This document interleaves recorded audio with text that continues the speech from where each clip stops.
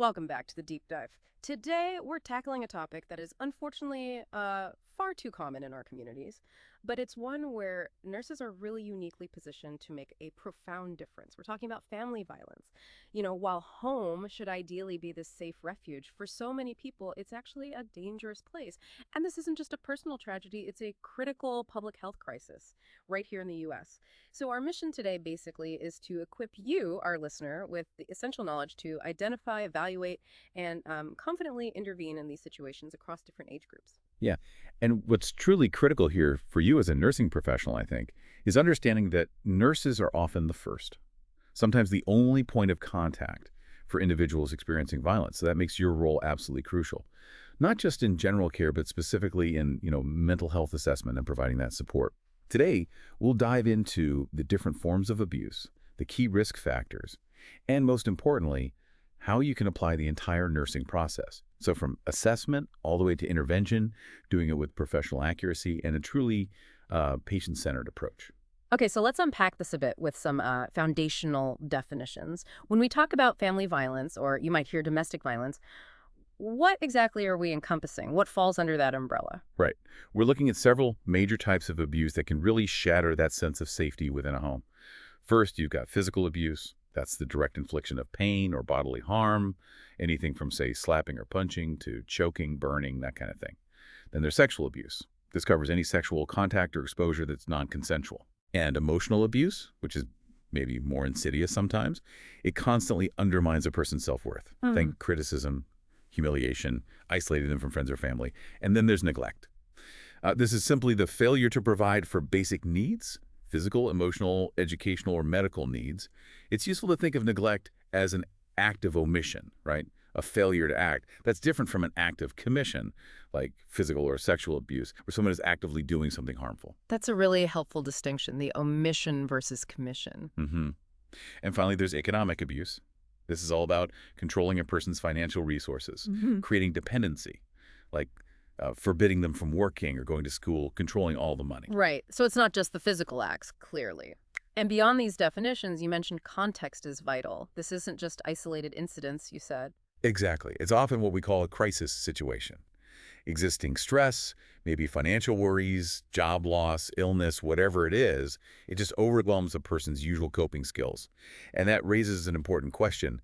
Who are the key players in these, deeply painful situations? Yeah, who are we talking about? So we identify the perpetrator. That's any household member who commits the violence. What's often, fascinating and tragic about perpetrators is this common thread. They frequently prioritize their own needs, might have poor social skills, and often lack supportive relationships outside that immediate family unit. The vulnerable person is the family member who's experiencing the abuse. And a really crucial insight here for you as nurses is our intentional use of the term survivor. Ah, yes, survivor, not victim. Precisely. It emphasizes their resilience, right? Their journey of recovery and healing, rather than just labeling them passively as a victim. It reframes it. That's powerful. Okay, so shifting our focus now, let's zoom in on how this actually plays out across different age groups, starting with perhaps our most vulnerable children. What's the sobering reality there? Oh, it's widespread and just heartbreaking.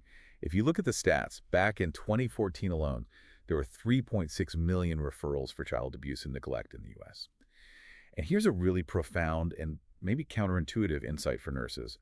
While physical abuse often grabs the headlines, neglect quietly accounts for a staggering 78% of child abuse cases. 78%, wow. Yeah, so that tells us our vigilance needs to extend way beyond just looking for visible injuries, right? We need to focus on that often silent failure to provide basic needs. Another vital statistic, around 80% of children who tragically die from abuse are younger than 4 years. Under 4. And in the vast majority of cases, about 92%, the perpetrators are the victim's own parents. That statistic about neglect is, that's really powerful. So when you're looking to identify these situations, what makes a child more vulnerable? What are the key risk factors nurses should be aware of? Well, several factors definitely increase a child's vulnerability. Being under 4 years old, as I mentioned, is a big one. Also, if a child is perceived as different, maybe due to a difficult temperament, congenital abnormalities, chronic illness, sometimes tragically, a child might remind a parent of someone they dislike, maybe an ex-spouse, or they just don't live up to some idealized fantasy the parent had. Children from unwanted pregnancies are also at higher risk. And any interference with that early emotional bonding, perhaps because of a premature birth or a prolonged hospitalization, that can increase the risk of abuse later on. And the long-term impact on the child's mental health, I mean, it must be devastating. Oh, absolutely. The comorbidity is incredibly serious. Mm. The occurrence of one type of abuse is often a strong predictor of another type happening too. And the secondary effects, things like anxiety, depression, suicidal thoughts, those can endure for a lifetime. Major depressive disorder and PTSD, post-traumatic stress disorder, those are two of the most prevalent mental health disorders that result from childhood trauma.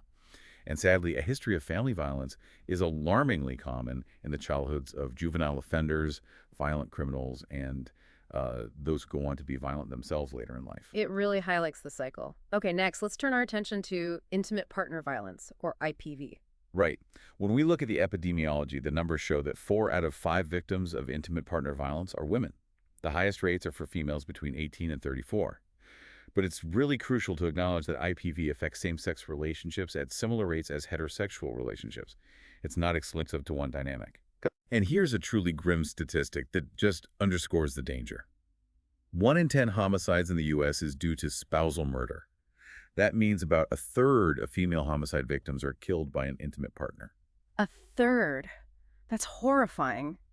This brings us to a central concept for nurses understanding IPV, something you see referenced a lot, the cycle of violence described by Walker.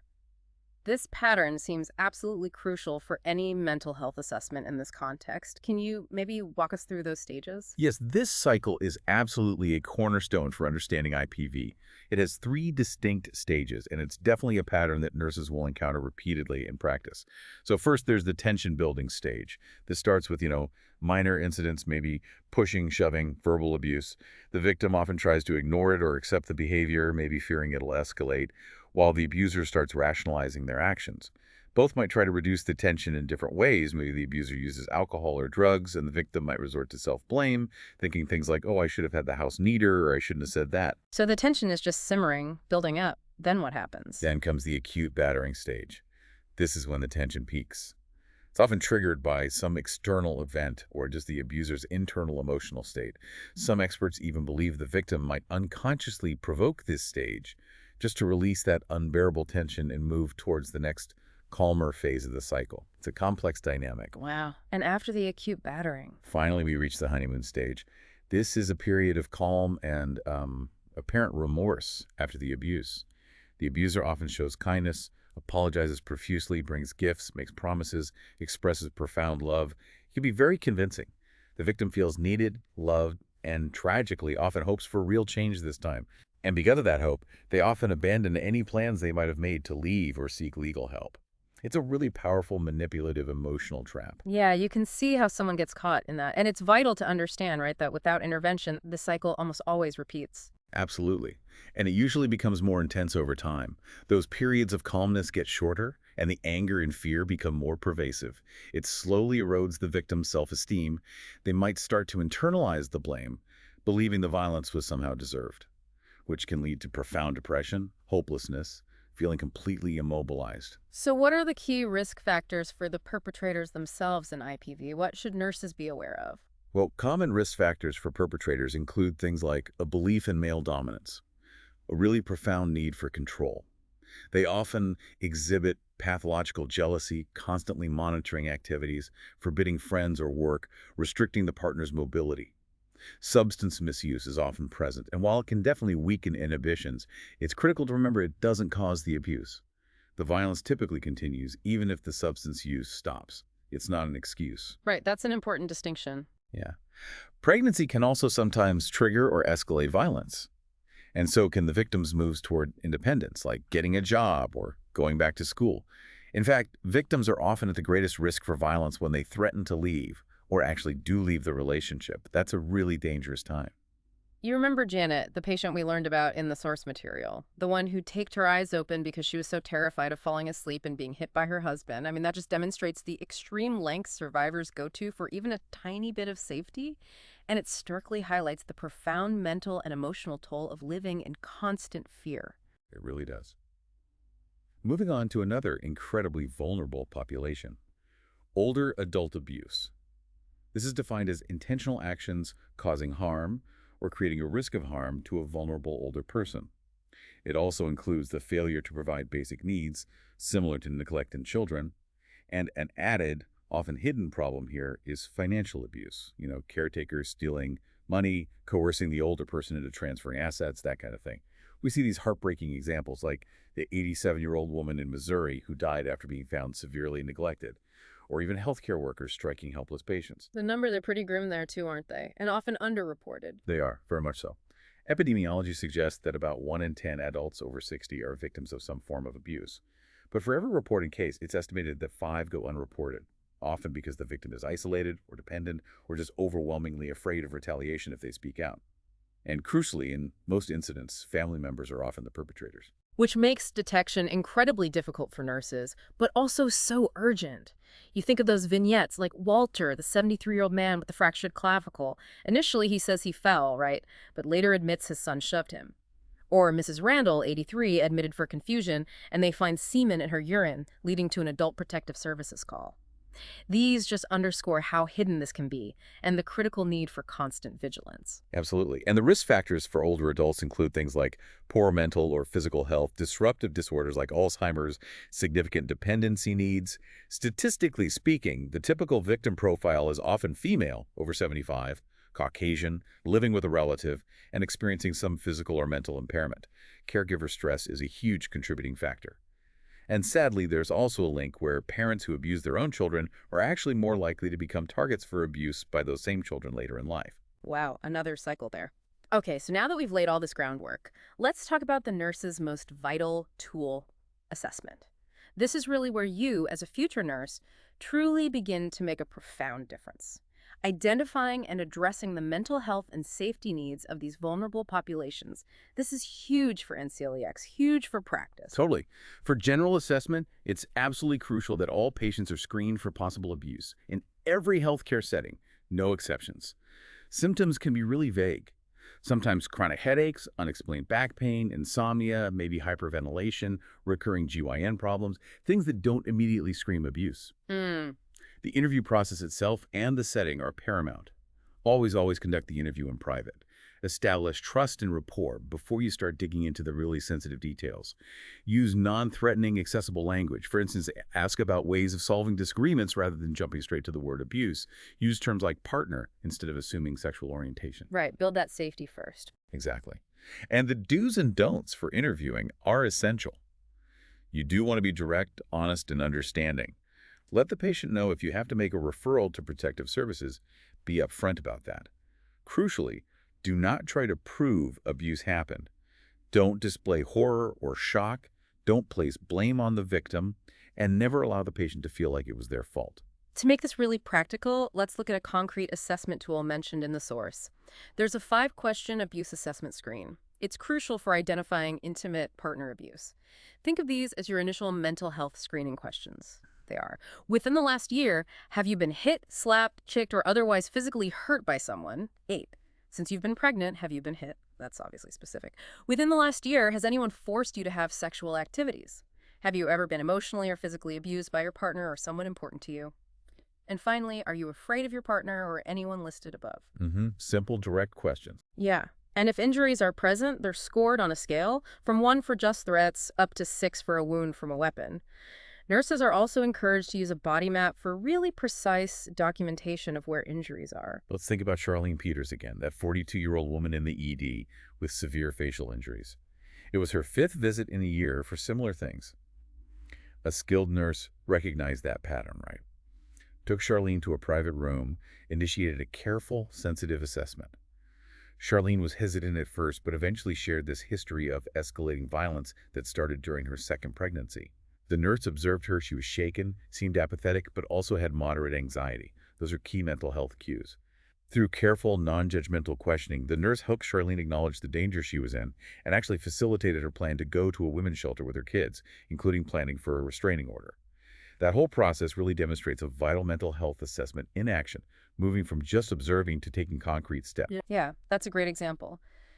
Building on Charlene's case, let's delve into assessing the specific types of abuse and the crucial indicators for nurses. What are the key things to look for with physical abuse? Okay, for physical abuse, Those covert indicators might be things like chronic, unexplained headaches, back pain, dizziness, maybe frequent falls without a clear reason. Overt signs are more obvious.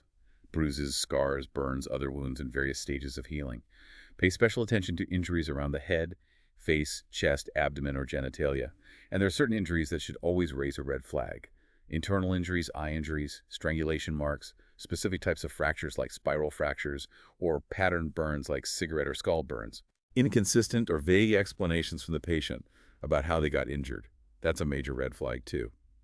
And always remember, any bruises on an infant younger than 6 months should be considered highly suspicious until proven otherwise. Shaken baby syndrome, which is tragically the leading cause of death from physical abuse in infants, typically affects kids under 2. They'll present with brain injury symptoms, lethargy, vomiting, seizures. Got it. And what about sexual abuse? What behavioral or physical signs should nurses be looking for there? For sexual abuse, signs in young children can include things like overly sexualized behavior, maybe having precocious sexual knowledge for their age, or drawing sexually explicit pictures. In older children and adults, promiscuity is often linked to past sexual abuse. And common mental health consequences include symptoms of PTSD, depression, anxiety, chronic pain conditions, substance misuse, and sometimes self-mutilation. And emotional abuse, neglect, economic abuse, these can be more subtle, right? But just as devastating. Exactly. Emotional abuse might manifest as really low self-esteem, feelings of inadequacy, chronic anxiety, maybe social withdrawal, or poor impulse control. You see it in their affect, their interactions. For neglect, children and older adults might appear undernourished, unkempt, poorly clothed, or maybe they lack adequate medical or dental care when it seems they should have it. And economic abuse, you identify that by seeing a failure to provide for basic needs when funds are available, or maybe there are lots of unpaid bills, or you learn the perpetrator is actively preventing the victim from working or getting an education. Okay. Assessing the patient's coping and safety is absolutely paramount then. This raises a big question. What's truly going on beneath the surface, in their mental and emotional state? As nurses, you'll be attuned to those nonverbal cues, maybe agitation, hypervigilance, hesitation, lack of eye contact, or somatic symptoms like hypertension or GI disturbances. These all point to high anxiety levels. It's also really critical to understand the myths versus facts that victims often hold onto as coping mechanisms, like the myth, "I can't live without her." That's countered by the fact that violence is the abuser's choice and behavior, not the victim's responsibility, or the myth, he will change. That's directly countered by the harsh reality that abuse without intervention almost always escalates. These myths, they're often desperate ways to try and manage the panic in an unbearable situation. That's so true. And when you're assessing family coping patterns, your non-judgmental listening is just vital. You need to assess both the family's strengths and their stressors. Dependency and isolation often severely limit a survivor's access to support systems. This is especially true for children or older adults or those with disabilities. A critical part of the mental health assessment is looking at suicide potential. Victims of intimate partner violence are, tragically, twice as likely to attempt suicide. There's also a strong link between elder abuse and neglect and suicide in older adults. And childhood abuse significantly increases suicide risk later in adulthood. So you have to ask. You absolutely have to ask. You conduct a lethality assessment. Ask directly about suicidal plans, the means they might use, and their outlook on the future. This helps guide crucial care decisions, including whether inpatient hospitalization is needed for safety. Similarly, you need to assess homicide potential. Ask if the victim has ever felt like killing the perpetrator. Do they have the means? And know the risk factors for homicide by the perpetrator. Is there a gun in the home? Is there substance misuse? A history of violence outside the home? Extreme jealousy? These increase the danger significantly. Finally, assess for drug and alcohol use. Victims may self-medicate, often with CNS depressants, to cope. Provide appropriate referrals for treatment. And importantly, patients should never be discharged back into the care of an abuser. That seems obvious, but crucial to state. And maintaining accurate records is essential, right? Because of the potential for future legal action. Absolutely critical. Documentation has to include verbatim statements from the patient whenever possible. A detailed body map showing all injuries, their location, size, description. If sexual abuse is suspected, careful collection and documentation of physical evidence according to protocol is vital. Confidentiality is paramount throughout this entire process. Protect their privacy. And even if immediate intervention doesn't happen right then, Starting that record, documenting what you saw and heard, is crucial for continuity of care and potential future support or legal action. And one more crucial point, this one is for you, the nurse. Self-assessment. Working with survivors of violence is incredibly challenging. It's emotionally taxing. You might experience really intense feelings: anger, embarrassment, confusion, fear, helplessness. You might even find yourself unconsciously leaning into that blame the victim mentality if you're not careful. It happens. And if you have a personal history of abuse, that can significantly cloud your judgment. You need to be aware of that. Yeah. Peer support, supervision, openly sharing perceptions with other trusted professionals. These are vital for maintaining objectivity and preventing burnout. This is an area where mental health support for nurses is just paramount. Such an important point. Okay, so with a thorough assessment complete, the next steps in the nursing process guide our actions. First up, diagnosis. Right. Your nursing diagnosis should always focus on the underlying causes and symptoms you've identified, with safety being the absolute #1 concern. This often leads to diagnoses like risk for violence that could be self-directed or other-directed, risk for suicide, or simply pain related to physical injuries. Other common diagnoses you'll see in these mental health situations include anxiety, fear, hopelessness, powerlessness, chronic low self-esteem, ineffective individual coping, and dysfunctional family process. Okay, a range of possibilities there. And from diagnosis, we then move logically to outcomes identification. What do we want to achieve? We often use tools like the Nursing Outcomes Classification, or NOC. It just provides a standardized way to define patient goals. For this context, the big overall outcome is usually abuse cessation, meaning the individual is free from being hurt or exploited. You can break that down into more specific outcomes like physical abuse cessation, emotional abuse cessation, sexual, financial. For perpetrators, if they're involved in treatment, an outcome might be abusive behavior, self-restraint. And crucially, outcomes should always be patient-centered and developed with the survivor collaboratively. What do they want to achieve? Right, involving them is key. Now we get to the heart of what nurses actually do: planning and implementation. You said nurses are frequently the first point of contact, which makes our position ideal for prevention, detection, and intervention. Planning always prioritizes patient safety, involves the patient whenever possible. And the Joint Commission actually requires staff education on family violence, which really highlights its importance systemically. Exactly. And when it comes to implementation, a huge piece is reporting abuse. This is a legal mandate for nurses in suspected or actual cases of child abuse and vulnerable adult abuse. You must report. And importantly, a reasonable basis for suspicion is all that's needed. You don't need concrete proof to make that call. That takes some pressure off, knowing it's suspicion, not proof. It does. Consider the case of Hannah, that 12-year-old with recurrent UTIs. 2 really astute nurses in a family practice clinic became suspicious. Why? Because her father always brought her, always accompanied her right into the bathroom and answered all the questions for her. Red flags. Despite the physician initially dismissing their concerns, the nurses followed their professional and legal responsibility. They reported their concerns to Children's Protective Services, and sadly, it ultimately confirmed sexual abuse by the father. This case really highlights your legal and ethical responsibilities and the need for a neutral, objective attitude. Even when you face resistance from colleagues or others, you have to advocate for the patient. Wow, that's a powerful example of nurses making a difference. Cultural competence is also vital here, right? Especially with language barriers. Absolutely. If there's a language barrier, always use a trained medical interpreter. Never rely on a family member, especially not a child or potentially the abuser themselves. That compromises confidentiality and safety. For counseling, your role is huge. Reinforce that fundamental right to live without fear. Sometimes just telling an abused person no one deserves to be hit can be incredibly powerful in a mental health context. It validates their experience. Your role is to support the victim, counsel them about safety options, and help facilitate access to resources like shelters or legal aid. And a key, concrete intervention you will absolutely use in practice is helping the survivor develop a safety plan.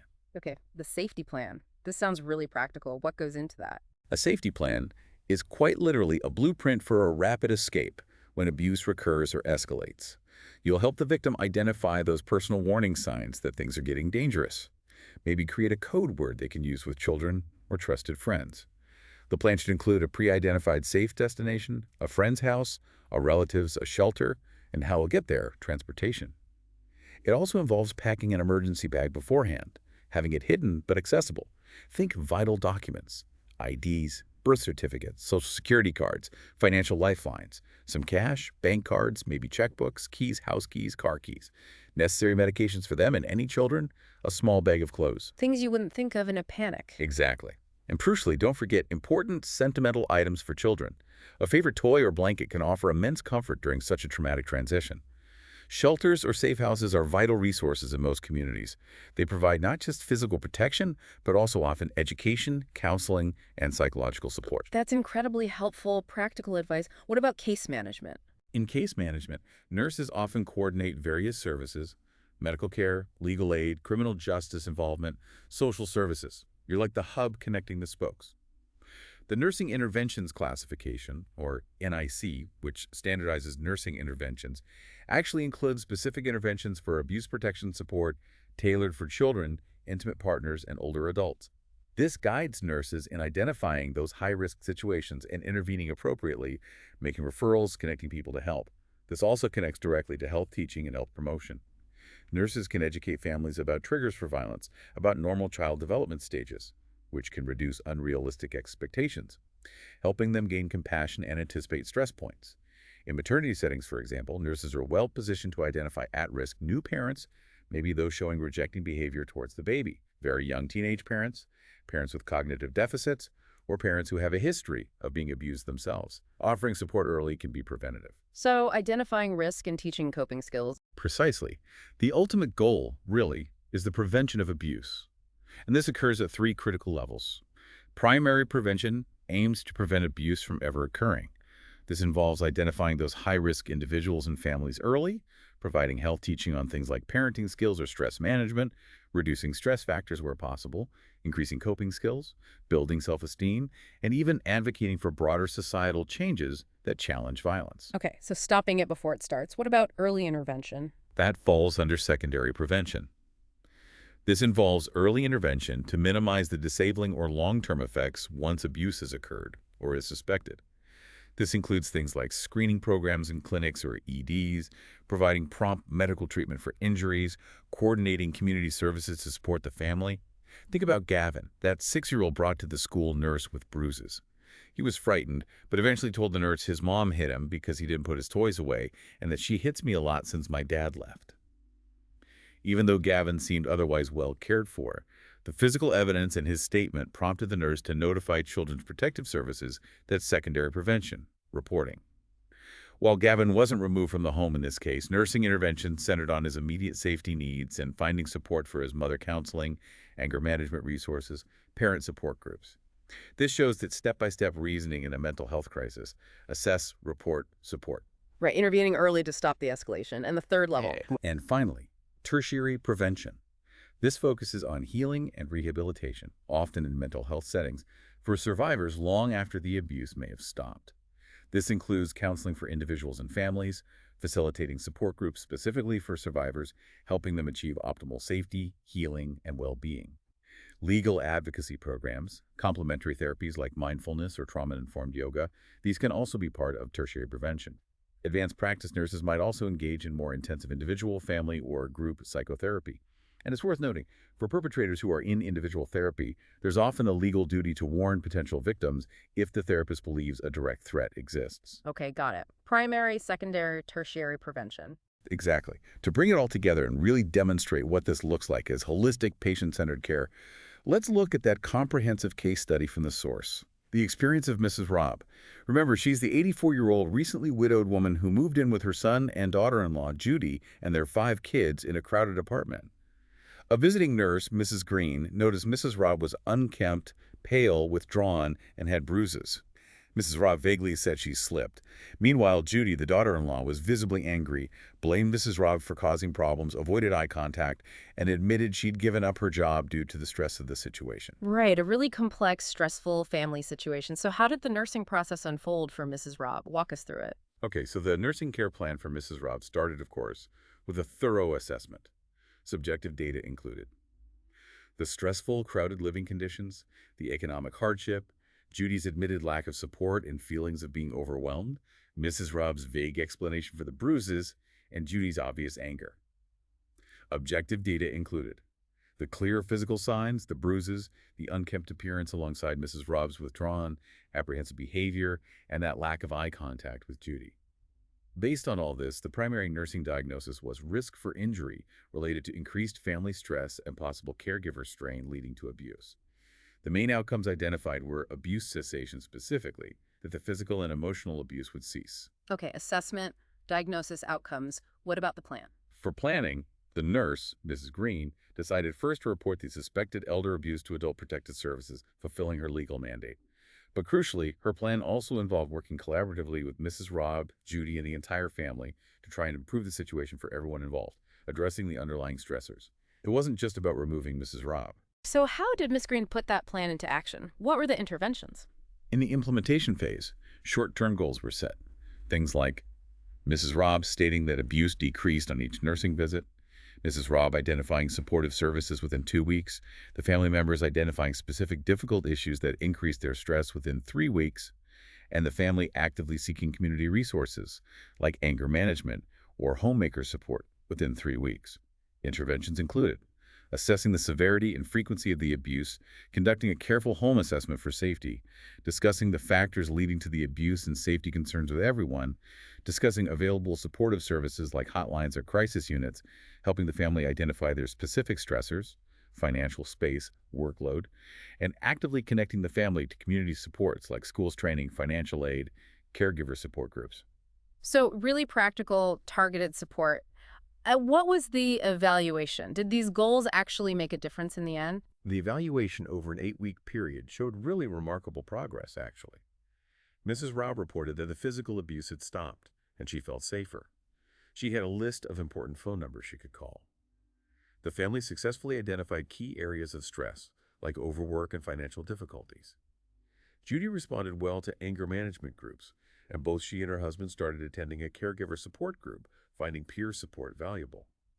Mrs. Robb herself showed significant improvement. She appeared well-groomed, was more friendly and spontaneous during visits. She even reconnected with an old friend and was able to talk more openly with her son and daughter-in-law about the family stress. This comprehensive approach really exemplifies how nurses provide truly holistic, patient-centered care, looking at the whole system in these complex family violence situations. Yeah, that Mrs. Robb case truly brings the whole nursing process to life, doesn't it? It shows the multifaceted role of the nurse so well. Okay, so this deep dive has definitely covered a lot of ground. To maybe summarize some key points for you, our listener, to take away for your practice. Remember, abuse can occur in any family. While it's complex, its occurrence can often be predicted by examining characteristics of perpetrators and vulnerable people, know the types of abuse, physical, sexual, emotional, economic, and neglect, and remember that neglect is the most common form in children. For intimate partner violence, keep that escalating cycle in mind: tension building, acute battering, and the honeymoon stage.